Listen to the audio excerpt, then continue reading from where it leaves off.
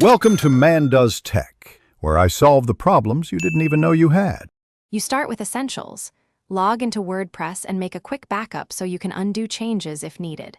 Once done, go to Plugins, Add New, search for Wpforms and click Install, then Activate. This creates the Wpforms menu. If you purchased Pro, enter your license now to unlock templates and integrations. If not, the free version still lets you build forms. Make sure your theme and PHP version meet basic requirements so the plugin runs smoothly.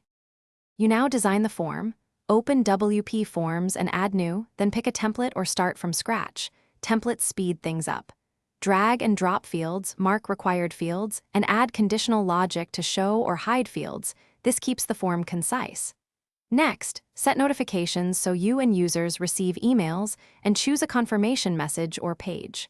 Finally, enable spam protection like Google reCAPTCHA or the built-in honeypot to reduce junk submissions before you publish.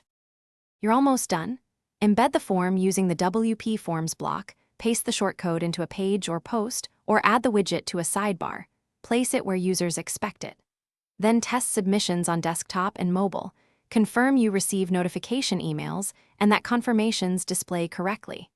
If the form doesn't appear or submissions fail, check the shortcode, clear site and browser caches, temporarily disable other plugins to find conflicts, and open the browser console for JavaScript errors. These steps fix most problems. Thanks for watching. If you found this helpful, don't forget to like and subscribe.